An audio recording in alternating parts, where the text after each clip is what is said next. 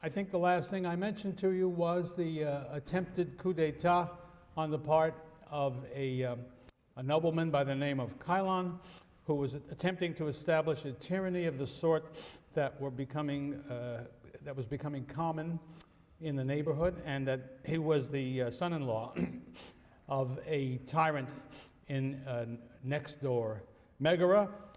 The coup failed, but the problems that we imagine produced the coup did not go away, and one sees evidence of continuing pressure for change away from the traditional aristocratic republic, which the early polis was, towards something that would challenge the unquestioned traditional rule of the aristocracy. Again, these are all traditional dates and shouldn't be taken too seriously as precise, but probably reflect a pretty decent chronology in a general way. So that in the traditional year of 621, we hear that Athens received its first written law code, famous as the Code of Draco, or in Greek it would be Drácon. And the reports that we have of it indicate that one kind of law that was included in the code was concerning homicide, which has a special place in Greek thinking. Probably it's true of most primitive societies that homicide involves religious ideas. The Greeks believed that killing of men was, except in wartime, was a religious pollution that had to be taken care of one way or another. Beyond that, there was also the primitive thing that was not particularly religious, but reflected primitive thinking of all homicides need to be avenged. And so the blood feud was clearly part of the way to deal with homicide in early Greek history. And as is true of most early societies, there comes a time when that no longer will do, that there's a sufficient civilization, urbanization, whatever it is that made the change, that people feel this has got to stop. One reason it does is, of course, it tears the community apart. And as you are in the business of building a community, which is what's happening here in the polis, you can't have that going on. One reason it is the way to settle things is because there isn't any proper government. There are only these noblemen. There is a council, to be sure, but it's all a question of going to somebody who has power and has respect and getting a judgment from them. But as time passes, that's not good enough. And as the community becomes something that is more and more unified, there is a search for a better outcome. And that is what resulted in the Code of Draco, which just the fact that there is a written code so that it is now available to anybody who can read, which is not to say lots of people, but even so, people who can read can now tell it to other people. That very fact is the sign of the decline of the power of the aristocracy, because they alone used to know what the law was, or claimed to know it, and people would go to them and say, what's the law? And they could administer it as they saw fit, which gave them extraordinary power, not to say prestige. Now, when it is possible, at least in some realms of the law, to know what that law is, that has reduced the special place that the aristocrats have in society. Stories are told about the Code of Draco, like most early law codes, and we can compare the Draconic Code with famous and less famous ones, much older, that we find especially in Mesopotamia, in the ancient Near East. The most famous of these, because it has been inscribed on a remarkable piece of sculpture which is now in the Louvre in Paris, the Code of Hammurabi from the 2nd millennium BC, is really quite similar in its essence. It says, if so-and-so does such a thing, this is what the punishment is. And from our point of view, the Early codes like Draco are notorious for how harsh they are. The Greeks later on said that the code of Draco was written not in ink, but in blood. But in fact, what it does is to codify what had been the ordinary practice. Nobody was inventing laws. They were writing down what had been the customary procedures. And again, a characteristic of such developments is that over time, when people know how harsh these things are, and as society sort of calms down from the more wild condition that it was in at an earlier time, it tends to reduce the severity of the penalties and to legislate, however the legislation goes forward, in a more gentle way. So that's another development, which is obviously the consequence. Aristocrats don't give up their power willingly out of the goodness of their hearts. There's pressure out there, excuse me, for access to the legal process for the ordinary person. And again, I think it's easy to believe that a lot of that pressure is coming from that hoplite farmer class that is becoming more important and more demanding all the time. Another change in the old placid life of the early Athenian Republic as we imagine it to be is the conquest by the Athenians of the island of Salamis that lies in the Saronic Gulf to the west of Attica, between Attica and Megara. Athens and Megara will contest the control of Salamis for some time and fight each other over it. And on this occasion, sometime here in the 7th century, probably towards the end of the 7th century, Athens conquers Salamis and populates it with Athenians. It's not really a colony in the sense that these apoikiai I described for you are. It simply becomes part of Attica, as do all the subdivisions in Attica. But it's the first occasion that we see of the physical expansion of the Athenian polis, which is indicative of the kind of stuff we've been talking about elsewhere as well. And yet another sign takes place about the same time, end of the 7th, very early in the 6th century, the establishment of the first overseas colony by the Athenians at a place called Sigium across the Aegean Sea, just at the entrance to the Dardanelles, to the Hellespont. And that is not an accident, I think, because that route through the Hellespont, through the Sea of Marmara, through the Bosporus, and into the Black Sea will, as Athens develops economically, become the most critical trade route for Athens indeed. After a while, when Athens develops a mixed economy and its population grows, it becomes dependent on that route for supplying it with the grain that it needs as the staple of life for its people. So this is the first little step towards a very important development for Athens in the future. And I guess the reasons for it, late and less pressing than in the other places, but they must be the same. To some considerable degree, hunger for land, which means that there is a growing population that needs additional land. And also, because of the location of it, it's inescapable, I think, that they were also thinking that early of commercial considerations. And it turns out that there were very great commercial opportunities in that direction.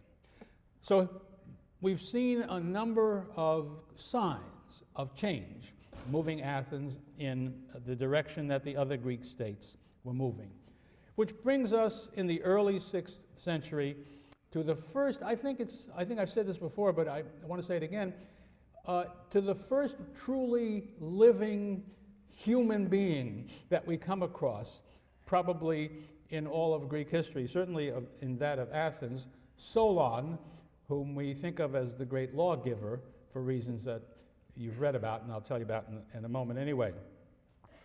The reason he is so much, we can speak of him as a human being because he wrote those poems from which I read you some excerpts the other day. And that poem tells us something about him and about the world in which he lived and all. And of course, we have many, many stories about him because he was very well remembered as a critical individual in the history, not only of Athens, but in Greece. The Greeks later put together a list of the 7 sages, 7 wise men of the archaic period in Greek history, and Solon is one of the 7 sages. Indeed, one of the problems about knowing the truth about what Solon did is that it's pretty clear that lots of stories that had nothing to do with Solon were attached to Solon in later ages because he was the prominent figure that everybody had heard about and knew something about. And so it isn't easy to know if somebody says Solon did this or Solon said that, whether he really did. We can only try to sort of figure it out as best we can, but that's a special problem we have about him. Now, what becomes apparent as soon as we examine the things that brought Solon to the fore is that Athens is clearly suffering a very serious internal problem as we get to these years. By the way, the traditional date for Solon's appointment as sole archon in these years is 594 BC. Again, we don't have to take that literally, but it tells you we're really talking about the very beginning of the 6th century. Here's the picture as it is depicted by Solon himself in his poems, but also in the work of Herodotus and other later writers. The crisis in its most acute form takes the shape of Athenians who have been enslaved. Some of them have not only been enslaved and live in Attica as slaves, but some of them have been sold abroad. And Solon tells us that some of them have been abroad so long they have forgotten the Athenian language. So that we have to have a picture in which this problem is one of some duration. We have to imagine it's at least a couple of generations old in order for that to make any sense. But it reaches its peak around the time I'm talking about. And it's this, that how did they get to be slaves? This is not a case where people had always been slaves. These are not people who were brought from somewhere else as slaves. These are not people who were conquered and made slaves by the conqueror. These are Athenian citizens who used to be free and have become slaves. And the answer to how they became slaves is through debt. People were borrowing money and obviously failing to pay it back. And at a certain point, they couldn't borrow money on the basis of something they could offer as a surety for the loan. If they had land, that would have been gone by now. If they had movable products or movable possessions, that would have been gone. All they had left to give was the person. And probably, I hate to tell you this, my friends, but reality is reality. Probably the first thing they did was to give their children as a surety for the loan. And when the loan was not met, the children became slaves of the person who had lent the money. And at some point, probably this even happened to grown-ups themselves, so that a sufficient number of people had been so enslaved as to create a very general problem.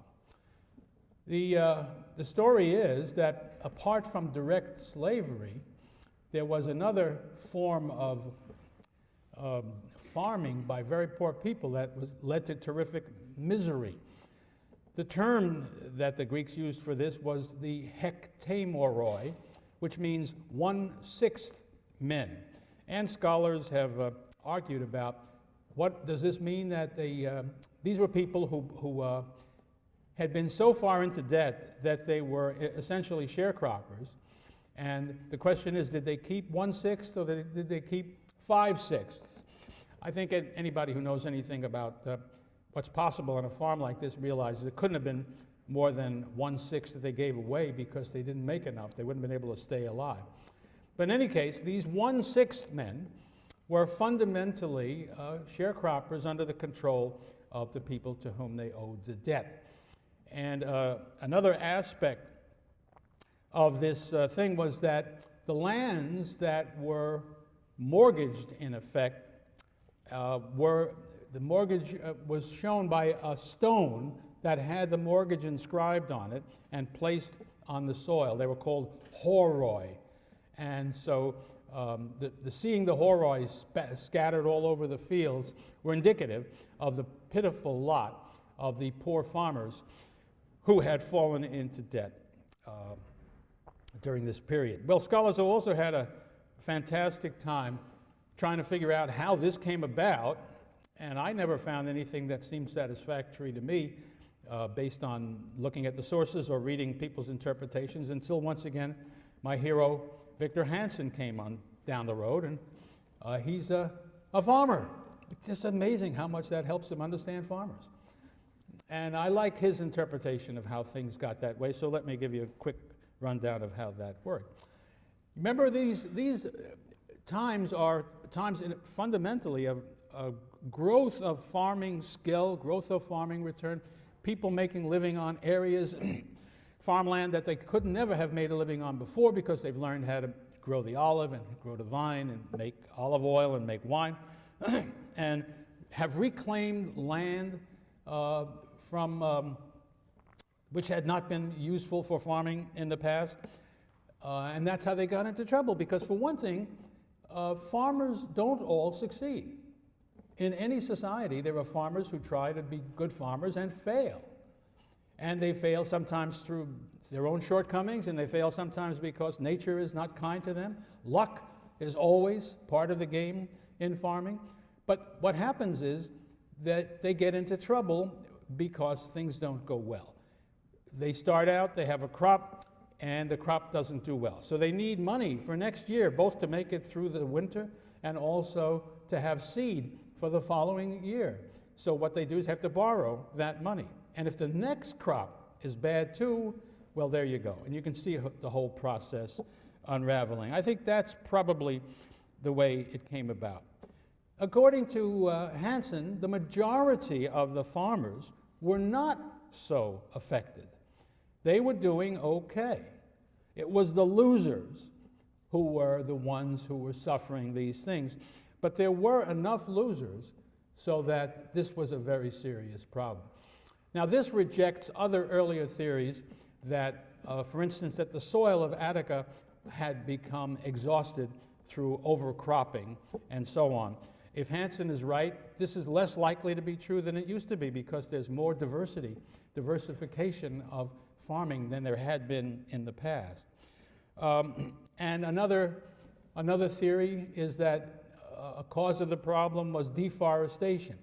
Well, it's perfectly true that Athens was severely deforested in the course of the centuries, so that Plato could comment on how this deforesting had denuded Athens of trees by the 4th century. But there's no reason to think that that was happening especially during the time of Solon. Very probably that deforestation hadn't gone that far. And in any case, its connection to problems of the farmland are less clear than they might be. Here's what Hansen finally concludes about it. He says, the crisis was a natural evolutionary process of success and failure, a subtle transformation that occurs when there are fundamental changes in land use and a growing population. And that seems to me to be the most satisfactory account of how the Athenians got into that fix. But in that fix they were. There's no question about it. So the question was, what is to be done? Now, the pressure to do something about it, I think, is twofold. Of course, inherently, Athenians would have been bothered by all of this, even those who were not the ones who did the suffering. But it's amazing how we all are able to bear the suffering of our neighbor if we're not suffering too. However, the second element, I think, that put pressure on everybody was next door in Megara, when things had gone bad for the poor, there was a revolution and a tyranny was established. And so it was down the road in Corinth, and so it was a little further down the road in Sicyon. So that the dominant people, the satisfied people, the people who liked things as they were worried that if they didn't solve their socioeconomic problem, they would find themselves confronting a tyranny. Because after all, that's what Cilón had in mind back 30, 35 years ago, and the danger was ever present. And I think that is what you need to have in your mind.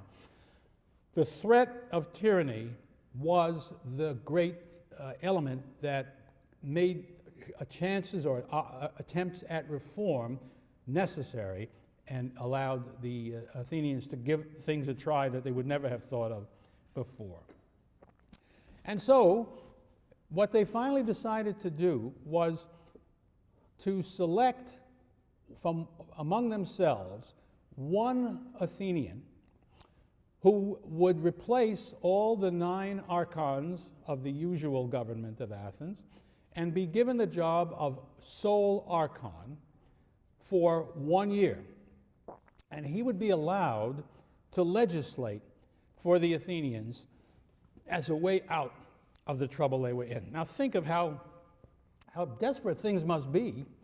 And one aspect of that desperation, I think we have to believe, is that there was no way they could have put together a coalition of citizens who would have been sufficiently unified, sufficiently public-spirited to trust with such an activity. Anybody, we have to believe that there were sufficient differences of interest on the part of different elements in the society that would have made that impossible. Otherwise, you don't do this kind of thing. It is worth pointing out that something like Solon's sole archonship is heard of about the same time in Greek history in other towns. Sometimes they appointed somebody they called an eisymnetes, somebody who was supposed to be the guy who settled things for them. So it's an idea that came obviously naturally to the Greeks. But we ought to recognize what an extraordinary thing it really is. They chose Solon. Why did they choose Solon? He obviously was reputed to have the kinds of characteristics which would make him a competent, intelligent, wise, fair person to do this kind of thing. He had achieved fame, notoriety, by his military activity. He had led in the war against the Megarians and had fought very well, and it was out of that military achievement that he became well known. And then his other characteristics, obviously, were also well known. If you read his poems, you realize he was a man who knew how to express himself and to persuade others of what he had in mind, and that his approach was one that was popular. We should keep in mind what's going on here. First of all, we are told he was a man. We have contradictory stories, and I think I can understand how the contradiction arose. One story says he was a nobleman coming from extremely famous, important ancestors. The other speaks of him as a man of the middle rank, which doesn't really work out with that. I think the best explanation I can come up with that is that he undoubtedly was a person of noble birth. In that kind of society, only such a person was likely to be looked to for a position of leadership. But I think what may have persuaded folks, well, he also couldn't have been fabulously wealthy, but certainly he was not a poor man. But what I think convinced people that he was of the middle rank was that his message and the propaganda that he sent out in his poems, and indeed the character of the reforms that he proposed, were very much moderate. That's the word that came to be the one so much admired and favored and sought by the Greek people. Keep in mind, this is the period in Greek history when the Delphic Oracle has come to the height of its influence in the Greek world and in the surrounding world as well. And the Oracle of Apollo at Delphi was the most famous place that was putting forward the idea of moderation. The Greek word is sophrosune, self-control and moderation. And you remember the messages at the Delphic Oracle. Know thyself, meaning don't imagine that you are more than a man, but that you are merely a man. And don't do anything in excess. Moderation was what should be sought. Greeks never stopped worshiping at the shrine of moderation for the rest of their history. Cynical men say the Greeks were so in love with moderation because it was so rare among them. But I think it's rare among all of us. So here was Solon, who was the spokesman of that very powerful mode of thinking that was pervading the Greek world at the time. And no doubt he gave it a great step forward with the things that he did and the things that he said. Okay, let's look at a few of the things that he did. I'm picking out things that I'm pretty sure really were Solonian. There are others that are attributed to him that are more debatable. But the most basic problem is, what are we going to do with these people who are losing their property, have lost their property, have lost their freedom? What's to be done about that agricultural problem we've been talking about? And so Solon introduced the measure, which is called in Greek the seis achtheia. Fortunately, you have it on your computers, and you've all copied it down and taken it to class so you can study these things, right? Don't answer. That measure abolished all debts that were based on the body of the person. That is, that were the surety given was the body of the borrower. Any debt that was so incurred was abolished, canceled. On the other hand, there was no general cancellation of debts. In other words, any normal debt that didn't have that characteristic continued. Another thing that the poor and the unhappy would have liked, they would have liked general cancellation of debt. I should point out, whenever you have lower class discontent in the Greek world, there are two things that they typically ask for. One is abolition of debt, because they're always in debt. And the second thing is redistribution of the land. Now, redistribution of the land means civil war.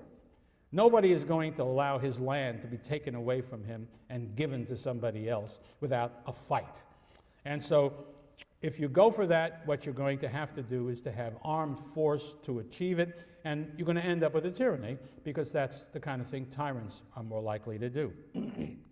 So he avoided that, and he did not permit redistribution of the land. If you just look at that land question for a moment and the debt bondage question, you can see that it is indeed the moderate position in between the view of those, the poor, the enslaved, the indebted, who wanted these radical changes, and the old aristocracy who would have preferred to just leave things as they were. Instead, Solon came through with this middling program, which, and by the way, apparently there was, we don't know how this was done, but apparently they brought back Athenians who had been enslaved abroad also, so there must have been some expenditure of funds. Somehow they must have collected it from somebody and brought them back. But the most important thing is what's done right there in Attica.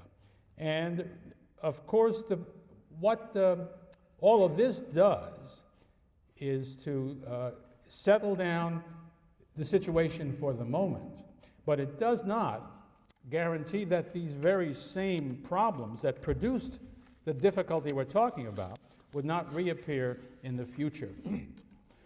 And I think as we look at this measure, it's already a clue to most everything that's characteristic of the Solonian reforms. They are moderate and therefore unsatisfactory. That is, they don't solve the problems that are there. But that doesn't mean they are not worth anything. For one thing, they ameliorate the problem, and therefore they ameliorate the discontent and the danger to the freedom of the Athenians. But they also sometimes set the stage for the elimination of the problem over time, because ways are found, obviously, for people to manage these things. If the possibility of debt slavery is taken away, other forms of managing these things will assert themselves. And indeed, what we find, and I must say, what I'm going to tell you doesn't solve the mystery, but what we find as you get to the 5th century, the classical period in Athens, is an extraordinary situation because it's so good and so unusual, and that is that most Athenian farmers in the 5th century seem to have small but adequate family farms that allow many, many, many Athenians to live in a very satisfactory way, given the expectations that they had. It never abolished great big landholding arrangements that some people had. There always were. Throughout Athenian history, no matter how thoroughly democratic the state became, there always were great differences of wealth between very wealthy people and very poor people. But what is extraordinary, and what would have been very satisfactory to the Greek political thinkers, even Aristotle, for instance, in the 4th century, is that there was a great middle ground in which the people were pretty much like each other in their economic condition, which produces the greatest stability, the greatest satisfaction, the greatest capacity for self-government. So that was one of the consequences, although it didn't happen as any direct action by Solon. We are also told by Aristotle and other ancient sources that Solon changed the coin standard for Athens from one that was used in the West, in the Peloponnesus and in the West, to one that was used in the East. He changed away from the Phaedonian measures, Phaedonian coin standard, to the Euboic standard, which, as people try to understand why and how that would have worked, it would have made trade with the Aegean and the East better. And of course we know that that's the area that the Athenians are exploiting vigorously now. Although we must recognize that when the Athenians get rolling in the trade business, they do tremendously well in the West as well. But there's a bigger problem with the story about these coins than any other. As you know from what I told you before, the almost universal opinion of coin experts is, how could he change the coin standards? There weren't any coins yet. Now you're either going to believe them or you're going to believe Aristotle. You know where I am. Okay.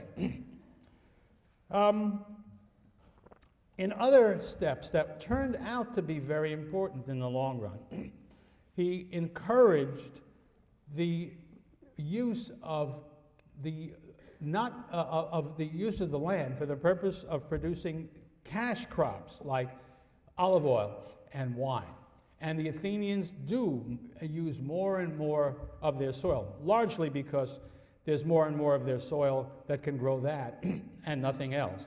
But as they do, the consequence is to make the agricultural output of Athens much more diversified than it had been, which saves you, the more diverse your crops, the less chance you have to be wiped out in any one year by bad results. And as a matter of fact, over time it became a very satisfactory device and helps explain again the health of Athenian agriculture when we see it in the 5th century and later. Another thing that he did, I'm going to talk about citizenship for a moment.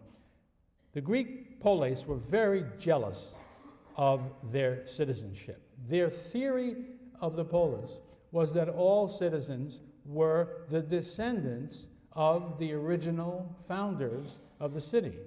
In other words, everybody in Athens was a relative of some kind. Of course, it wasn't true. Certainly in Athens, we know there were many immigrants and so on. But the fact remains that that was the normal thinking about it. And the notion of the power, the centrality of the concept of polis to them is something we need to understand, and they were jealous of it and selfish with it. This was not something they would simply allow people to acquire if they wanted it. This place is us, and it's not them. And we don't make people citizens. And that was essentially the thing. To be a citizen of Athens in those days, you had to have a father who was a citizen of Athens. Nothing else would do the trick. But Solon changed that. Solon offered citizenship to individuals who came to Athens to settle and could show that they had a valuable skill, a valuable craft. And the results were that Athens would become, in the decades following Solon, a great center for the manufacturing of a variety of things. Pottery is what we have, and great painted pottery is a great part of the Athenian tradition, but sculpture also, and all kinds of things that we probably don't have because they would have been destroyed by time. But the idea was, if you were a skilled craftsman, you come to Athens and you would not have to be what you would otherwise be. Anybody who came to Athens not under these rules could stay, could make himself a permanent resident, but he would always be what the Greeks called a metoikos. We say in English a metic, meaning a resident alien, never to be a citizen. Only citizens were permitted to own land in Attica. Only citizens had access to the Athenian courts. A non-citizen who had to go to court for one reason or another would have to find a citizen to be his spokesman. So you really were cut off from some and of course a non-citizen could not participate in the political life of Athens either. But these people were not going to be medics because of the economic skills that they brought. Solon arranged for them to become Athenian citizens. Very rare thing. We will have a couple of other occasions in this course to take a look in a moment when foreigners were permitted to come to Athens and become citizens. But they're very rare, and there's always something very special connected with them. And there will always be some Athenians who will raise at least one eyebrow at the idea of making a foreigner a citizen of Athens. But it turned out to be one of those things that Solon instituted that would have long-range consequences helpful to the Athenian state. Well, so much for the economic and social issues. Let's turn to the constitutional questions, because, of course, when you're talking about an independent republic, then the political and constitutional arrangements are obviously critical to everybody. I guess it's true in any society, but it's blatant in a republic. So, Solon changed the Athenian constitution. Up to this moment, the Athenian constitution came to be what it was in the way that these things happen in nature, namely through tradition. They just kind of grow. Nobody legislates. But Solon was appointed to legislate, and he was going to attempt to deal with the problems that he saw. So what he did, first of all, was to arrange Athenian political society on a new basis. This is a very large matter. Up to now, where you were in the state, whether you could serve on the council, whether you could be a magistrate, depended upon your birth. Aristocrats alone could hold these positions. Now that was swept away by Solon's new system. He changed it so that the determination of who was eligible to serve in these councils and offices was based on the wealth that they had. Just to show you, and this is an argument against the coinage being present, in that he did not fix the rating of citizens for these jobs in money.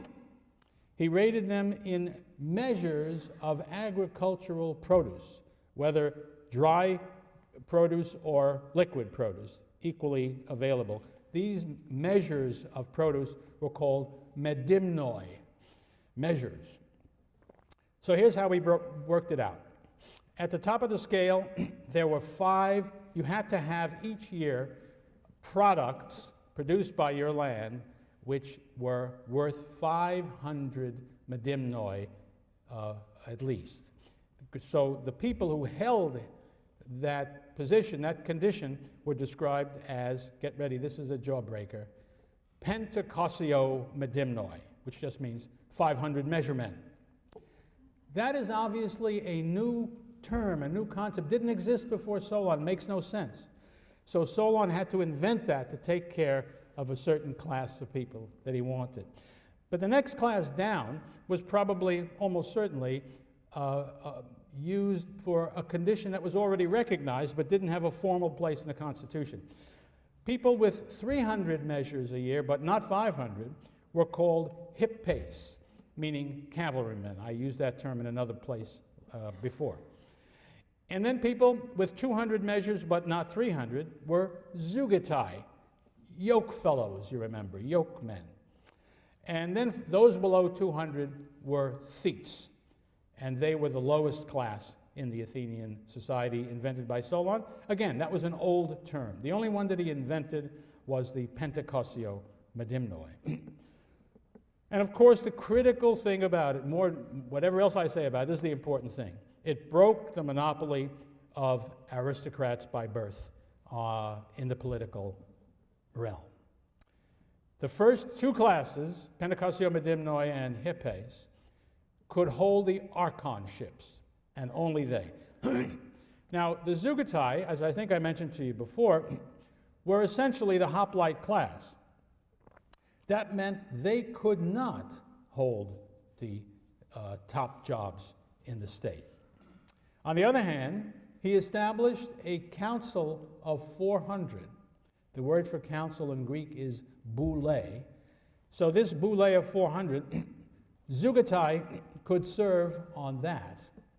And we never will really know what the powers of that council were, because it doesn't seem, well, as we shall see, Solon's constitution was never really put into effect in all its respects, although this business about the measures was put into effect.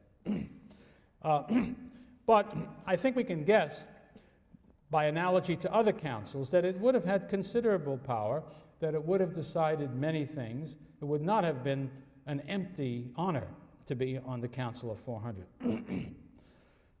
Nor were the thetes excluded from political power entirely.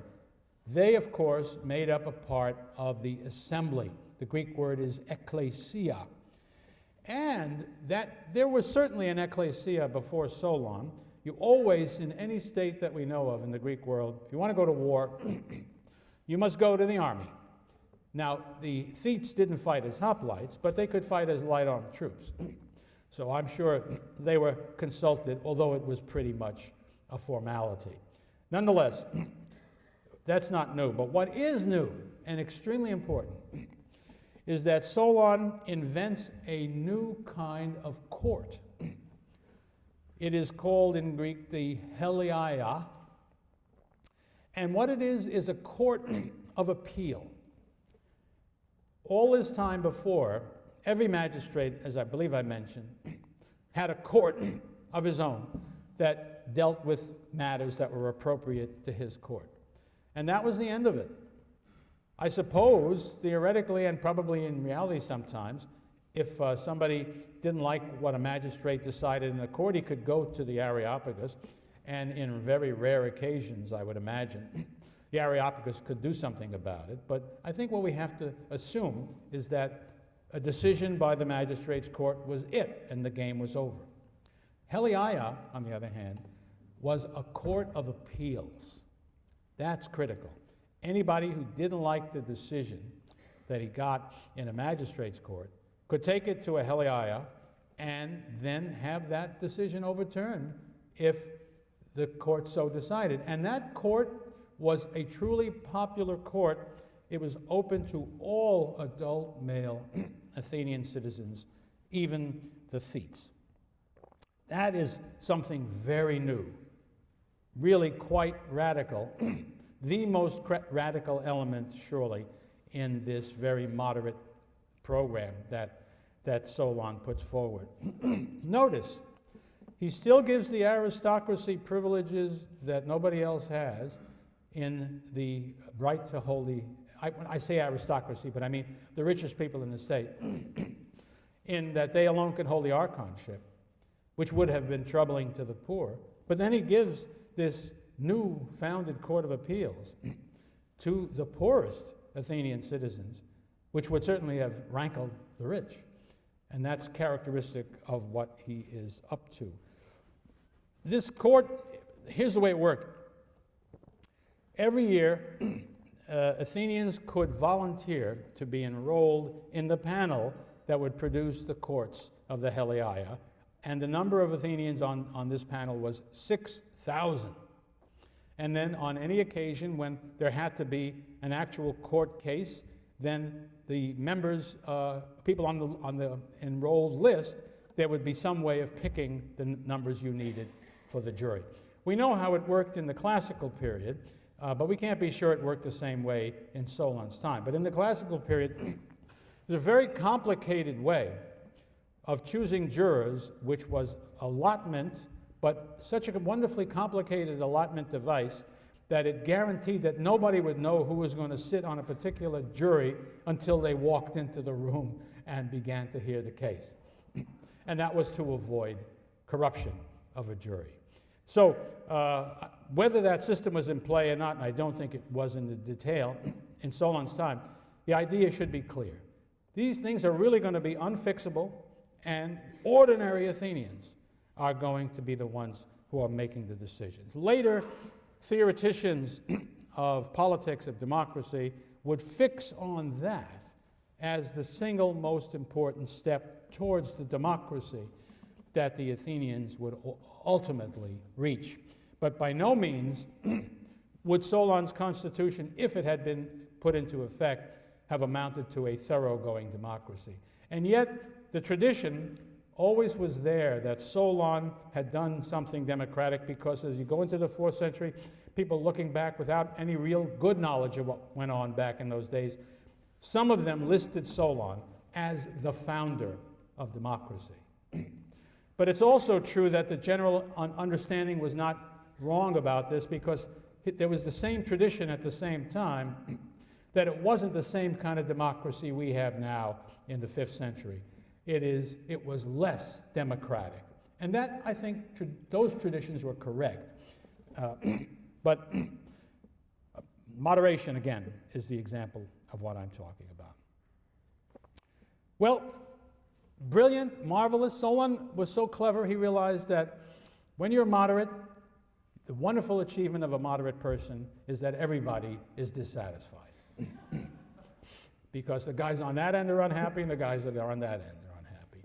And so he knew that there would immediately be efforts to overthrow what he had done. And so one of his stipulations was that the Athenians would have to leave his laws unchanged for 10 years. And he also knew that his own life would be extremely uncomfortable hanging around Athens while everybody came and said, "What the hell did you do, Solon?" And so he left town and went on his travels for 10 years after that. Well, it saved him a lot of grief, but it didn't save his legislation, because there was tremendous strife in Athens after the year of Solon's archonship. Indeed, something resembling chaos, I think. They were technically years of anarchy. That is to say, there was so much dispute and conflict in Athens that they were unable to elect the 9 archons. Just years with no archons, no name for the year. That was how serious the conflict was. And what emerges in our records about what was happening is that localism, regionalism, was very powerful in Attica, and it was regionalism that was a large part of the problem in this period. Important figures in the aristocracy from different parts of Attica each sought to make itself the dominant force in Athenian society and to bring about changes that were satisfactory to them.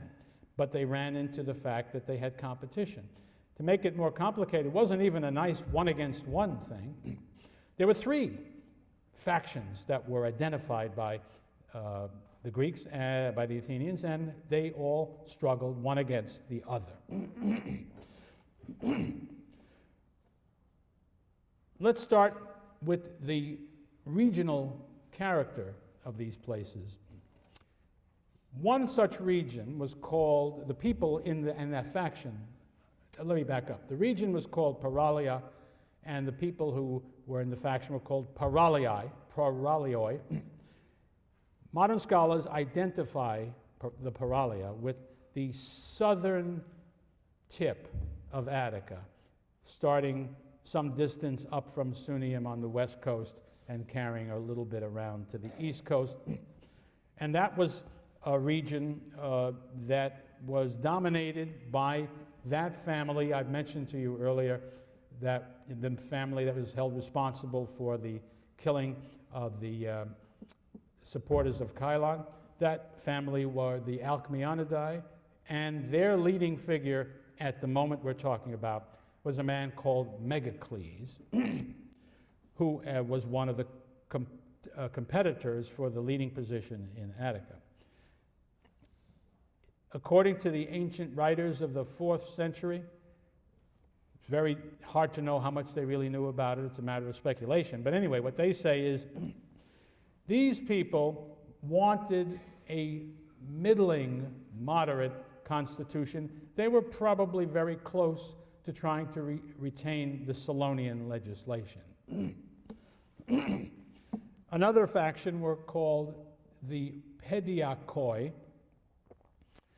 and they represented the middling part of Attica, which is in fact the very best land in Attica, where grain and wheat especially were growable, and the richest people had their land. Their leader was a man named Lycurgus, and they represented the old aristocracy more than any other group, and would have undoubtedly, if they'd had their way, just undone the Cilonian laws and gone back to the old days. They favored some kind of oligarchic regime. And then the third group lived in the region called Diacria, and they were called Diacrioi. Sometimes some of our sources say Hyperacrioi. I'll come back to that in just a moment. Well, might as well tell you about it now. It is identified with the region on the east coast of Attica, and which was called the Diacria. But why they might have been called Hyperacrioi is that there were some mountains between central Attica and the Diacria, which meant so that Hyperacrioi means beyond the mountains, and that would have been a geographical description of the region. It's the leader of this faction was a man called Psístratus, who was, as a matter of fact, he was a nobleman, an aristocrat, all of them were, but his family had come from the Peloponnesus back in the years of the great migration following the fall of the Mycenaean world. And that shows you that the Athenians had brought into their bosoms at that time and made full citizens and aristocrats and leading people, some people from outside of Attica. Now it was hundreds of years later, and Psístratus arose as the leader of that place and of those people. Now he's going to be very important. We need to say a few more words about him. In the quarrel about what should be done, Psístratus and his group were the most radical. They represented the views of the poorest people in Attica and pressed for solutions of the kind that they would like. He himself had arisen to power in the usual way. He had been a great soldier and had won great victories for the Athenians and was deeply honored for that reason. And we'll hear more from him. Ancient writers speak of him as demotikotatos, the most demotic, the most popular, the most democratic, if you will. So, here are the three factions with their local places, with their different policies, presumably, and their different leaders, all struggling for power, and sufficiently equal in strength so that nobody could come out on top.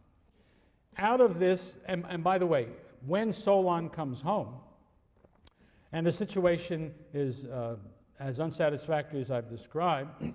Solon becomes particularly worried about Pisistratus, whom he has spotted as a potential tyrant.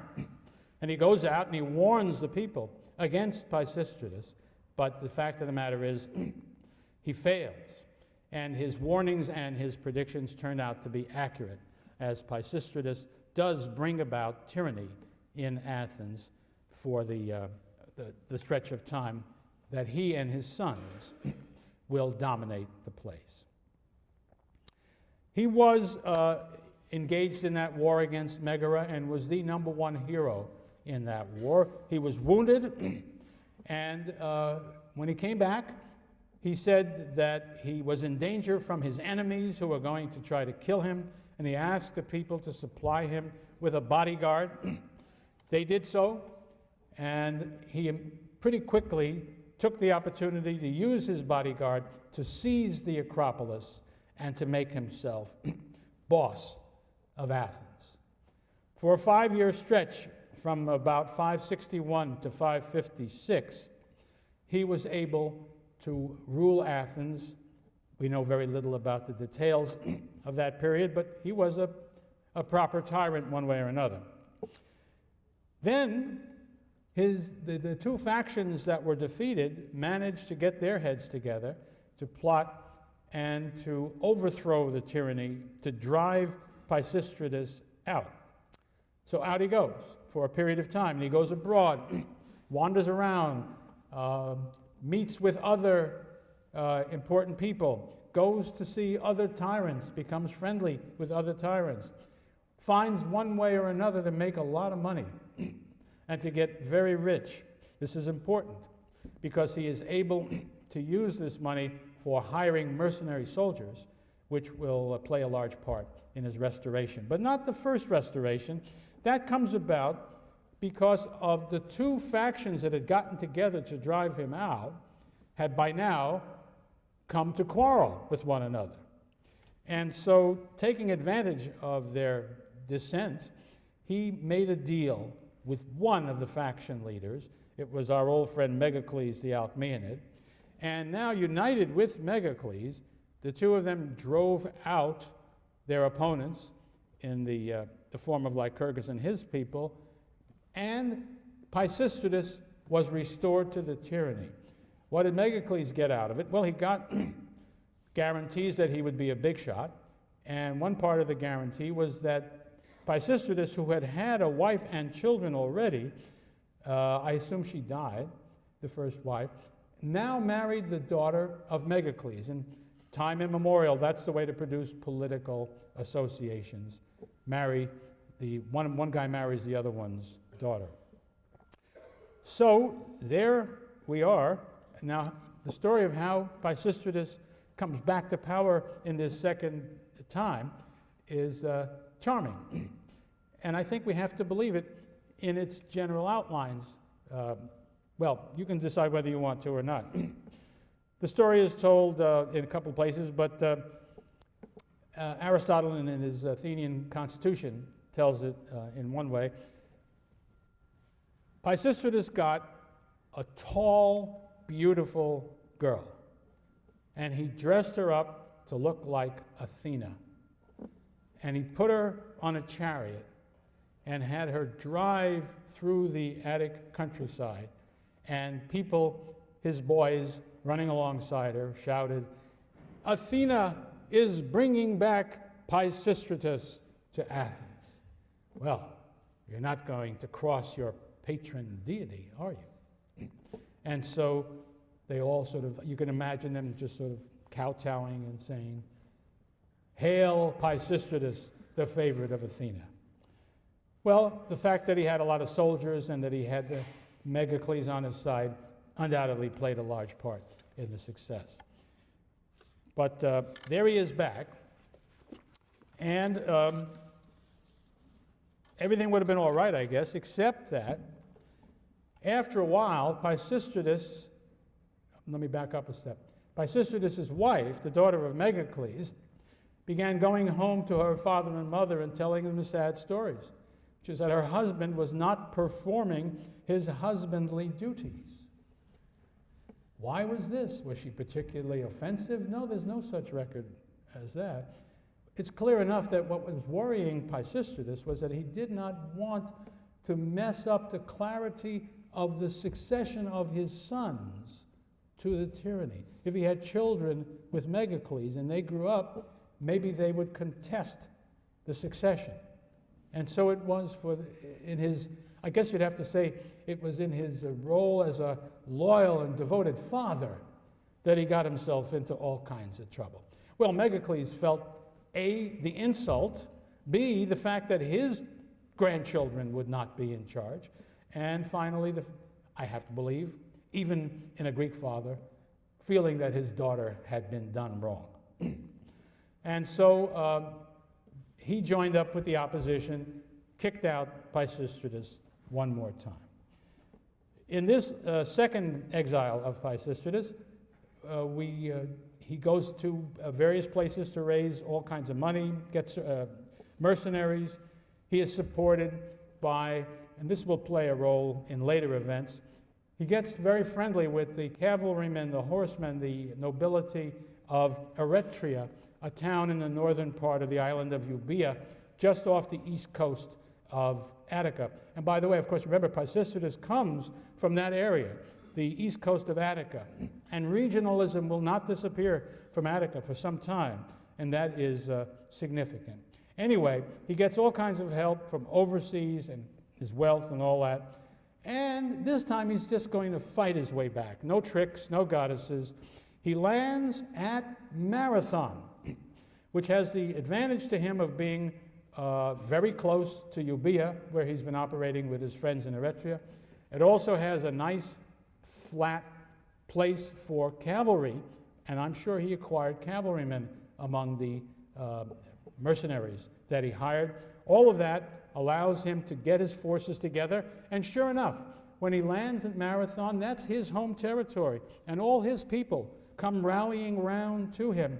And now he has a good-sized army of Athenians and mercenaries, and he marches inland, and in the middle land of Attica, at a place called Pallene, he meets his opponents and defeats them in battle and makes himself the tyrant of Athens once again. And one of the things he does by a trick very soon after coming to power is to disarm the Athenian people, so that he is now ruling in a truly tyrannical way in that sense. There's not much pretense at having achieved this position by the popular will. He's done so by force and trickery, and he's prepared to maintain his power in those ways. But in his actual government of Attica and Athens in the remainder of his life, tradition is pretty clear that he did not rule harshly. If we think of the word tyrannical as meaning harsh, he did not rule tyrannically. In fact, later writers describe the way he ruled Athens, and it's this last period that they're talking about, I think, as one that was politikos, meaning moderately and in accordance with the way a polis should be run, which does not include tyranny. And in fact, some later writers picture the rule of Psístratus as a golden age in Athens. We'll come back to that perhaps, but there are two edges to this thing. There's the notion, my God, he established a tyranny, which later on in Athens would be the worst thing in the world you could do. And yet, there's this, alongside it, this tradition of a decent government under Psístratus. Well, let's see what he did. One thing he did was not to repeal the laws of Sólon. They may never have been put into full effect because of the turmoil, but no one had ever said they're not the law anymore. In fact, Psístratus let them be, and in fact, he allowed them to function as they should. In other words, I would think that there was a council of 400 that was elected every year and met. We know there were magistrates, there were archons elected in the appropriate way each year. I'm trying to think. The law courts even met in the way that they were supposed to. But what Psístratus did was not to change the Constitution, but to dominate it. I think you have to imagine that there is the rule of a boss. He doesn't change the laws. He just sees to it that all the appropriate bodies are controlled by his people. That, for an analogy, is the way the Medici governed in Florence when they made themselves the rulers of that republic. It is true, you can't be just totally gentle. You have to take care of your enemies because there are going to be enemies out there. So Psístratus surely exiled some aristocratic families, the ones who wouldn't cut a deal with him, the ones who wouldn't play ball. Out they went. And we know that for some part of the time, we don't know just when, he exiled the Alcmaeonids.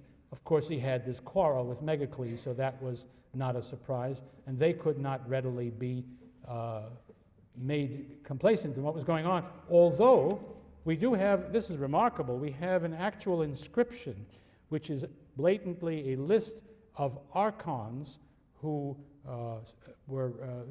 held office in Athens, and after Psístratus' death, in the period when his sons ruled Athens, one of the names as archon of the city was Cleisthenes, who was an Alcmaeonid, which makes it perfectly clear that at least later in the day, the Alcmaeonids came back into Attica. We have to imagine that Psístratus ruled this thing with great savvy, and there was always time to come home if you would be a good boy and do what Psístratus told you to do. And I think that happened in many cases. One of the things he did that was very popular was to invent the institution of circuit judges. That is to say, it used to be that if you were an Athenian citizen and you wanted to go to law, originally, of course, you had no choice but to go to the local big shot and have this local aristocrat settle the matter, as had been the case in the days of Hesiod. But under Solon's system, at the very least, you could go to the magistrate in Athens if you wanted to, and you could even appeal to his decision if you wanted to. But here's the problem. What if you lived in Sunium? You lived miles and miles and miles away from this. What were the chances that you would, in fact, or could go to the city to receive the justice that you needed? So, by establishing circuit justice, brought courts that were objective, that were not dominated by the local barons, he was doing a real service to the ordinary Athenian citizen, and that was seen to be a good thing. But it was also, of course, in his interest. He doesn't want local big shots being big shots. There's only room in a tyranny for one big shot, and that is the tyrant. And so he's serving himself, breaking down local power, unifying the state into a single thing, which is good in all kinds of ways, but it's also good for the tyrant. Now, the next thing I'm going to say is supposition. We don't have any ancient evidence for it, and of course it's open to doubt. But I would argue that he must have confiscated some of the land of the aristocrats who opposed him and with whom he did not make a deal. And I say that pretty much only for this reason. Before Psístratus, we have the story of great differences in land holding between very, very big landowners and very, very small landowners and those who own no land at all, producing the problem. Nothing Solon did directly affected that situation. But when we get into the 5th century, the evidence is overwhelming that we have what I spoke of earlier, lots and lots of medium, moderate, family-sized farms, some big farms, but these are not what are characteristic of the place. Well, how did that happen? When did that happen? My guess is probably Psístratus brought that about. And if so, it would have been still another reason why he had broad popularity remarkable popularity.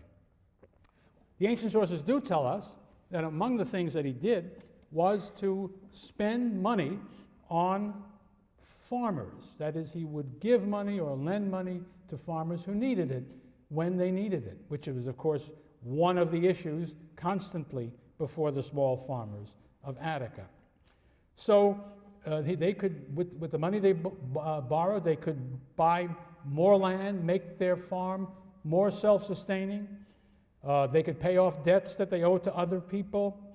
They could do the things that these small farmers have to do to succeed, namely buy the equipment they need: olive presses, wine presses, mills. They could use their loans for planting fruit trees, olive trees. All of these things could have been part of the story of how Athenian agriculture came to be so successful after the time of the tyrants as they had not been before. Now, there's one negative thing that I'm sure nobody liked. Psístrato instituted the first regular direct tax that we know of in Athenian history, a 5% tax on all that was produced from the land. And that money went to Psístrato, made him wealthy, but also provided him with the money he needed to be this good fellow that I have been describing. So it all assisted his political power and his popularity. But even there, that should have been the worst thing he ever did. Tyrants laid down taxes. Taxes are evidence of tyranny, and all that. That's not totally the picture we get. Aristotle tells this story. One day, Psístrato was traveling around the countryside of Attica, as I guess he sometimes did, and he went up on the slopes of Mount Hymettus, not too far from the city of Athens. You go up there today, the notion of anybody farming on that mountain is totally incredible. Nothing you could possibly grow on Mount Hymettus, but it's been deforested by that time. So anyway, it was still lousy. I mean, mountains are not great places for farms, you may have noticed. So anyway, he goes up to this farmer and he says, say, farmer, what do you grow on your farm? And the farmer, you might have to imagine a gnarled, old, mean, nasty old guy saying, on my farm, I grow rocks. And Psístrato is welcome to his 5%. Well, did Psístrato say, off with his head or send him on to the moon? He said, well, aren't you a cute little fellow? I hereby declare your farm exempt from taxes forever. And it became a famous thing, the tax-free farm. It shows up in a Byzantine encyclopedia, that story that is still being told.